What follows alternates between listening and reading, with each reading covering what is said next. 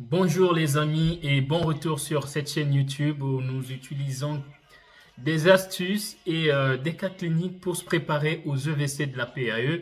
Pour la session 2021, les amis, il nous reste plus ou moins 2 mois. À partir d'aujourd'hui, je pense que nous sommes là devant une ligne droite et qu'il faut clairement passer le maximum de son temps à se préparer et à lire pour maximiser les chances, mettre toutes les chances de son côté. J'ai regardé récemment sur les réseaux sociaux, bien que j'ai pas eu le temps de vérifier l'information, mais il paraîtrait qu'il y a plus ou moins 22 000 candidatures et ça, rien qu'en médecine générale. Clairement, il y a de l'engouement et donc de la concurrence.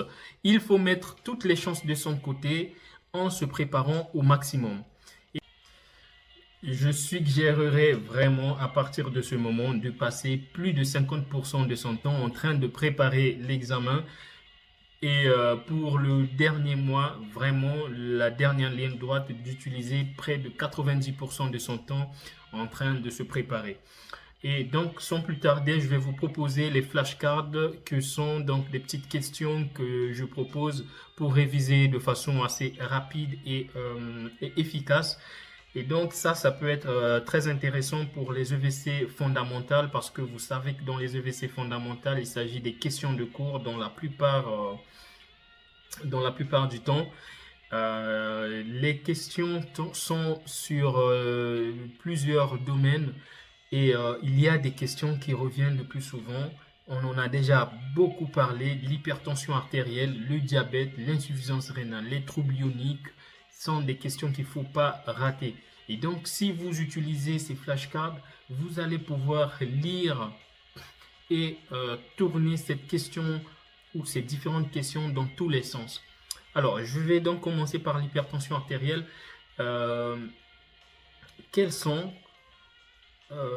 les situations dans lesquelles vous évoquez une hypertension artérielle secondaire ou quand évoquez-vous une HTA secondaire?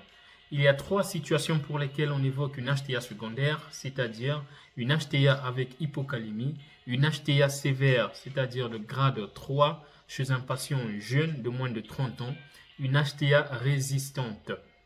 Donc là, vous avez déjà une question intéressante. Une autre question, c'est de savoir pour les HTA résistantes, quelle est la définition d'une HTA résistante et quelles sont les causes d'une HTA résistante.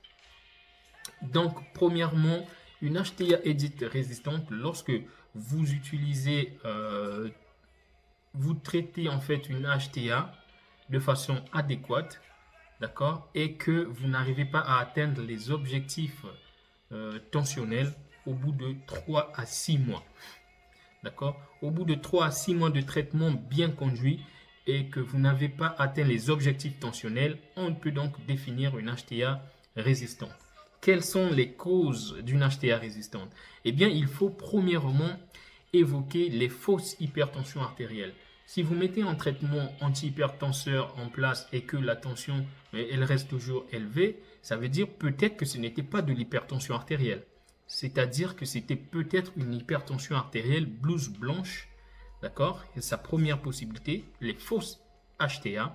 Donc, ce sont des HTA blouse blanche ou les HTA qui sont diagnostiquées au domicile, mais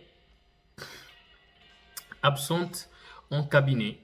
Ce sont donc les HTA pour lesquels le patient n'utilise pas la bonne technique pour mesurer sa pression artérielle ou alors c'est que le brassard est inadapté. Ce sont donc les fausses HTA. Deuxièmement, vous avez les pseudo-HTA résistantes.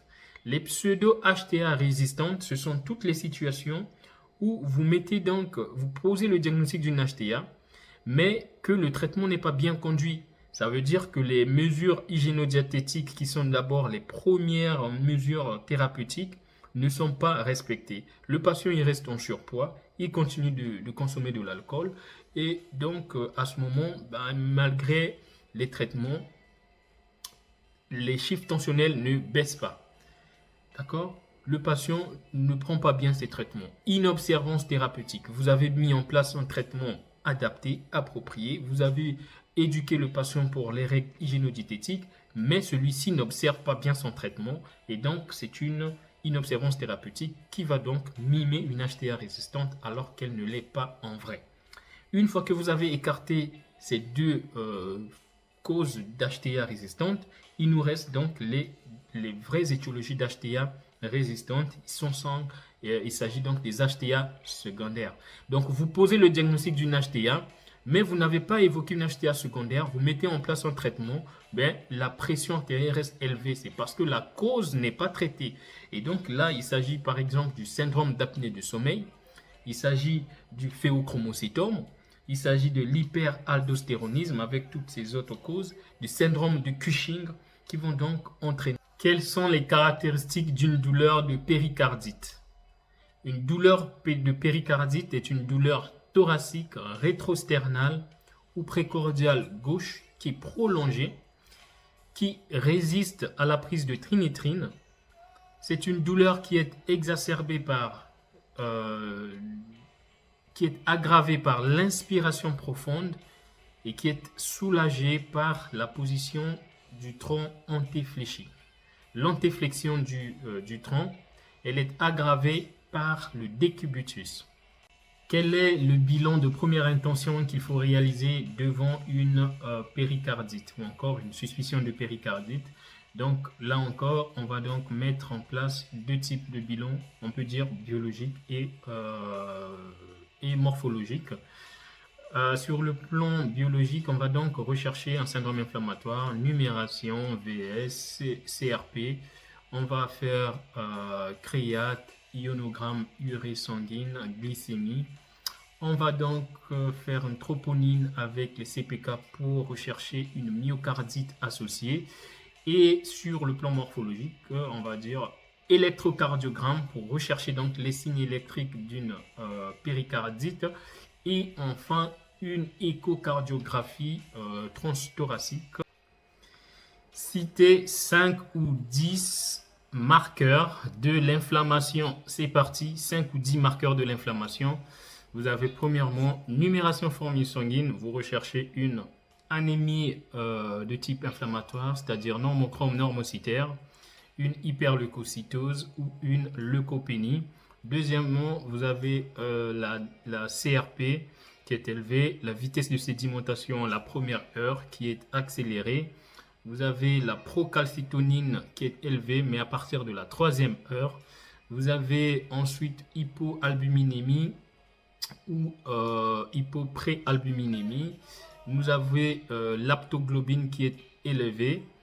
Ensuite, on peut faire quoi d'autre? Électrophorèse des protéines sériques qui va donc retrouver une hypergamma-globulinémie qui est polyclonale. Voilà, je vous donne une question cadeau. Quelle est la définition d'un syndrome inflammatoire prolongé et quel bilan biologique ou peu importe, quel bilan paraclinique faites-vous dans ce contexte?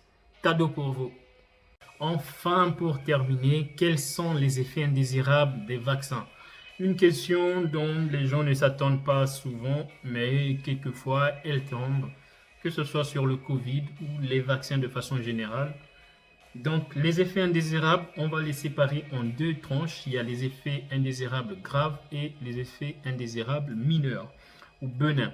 Les effets secondaires ou indésirables graves, ce sont les effets, la réaction anaphylactique, que ce soit un choc anaphylactique, et ceci concerne généralement les vaccins inertes.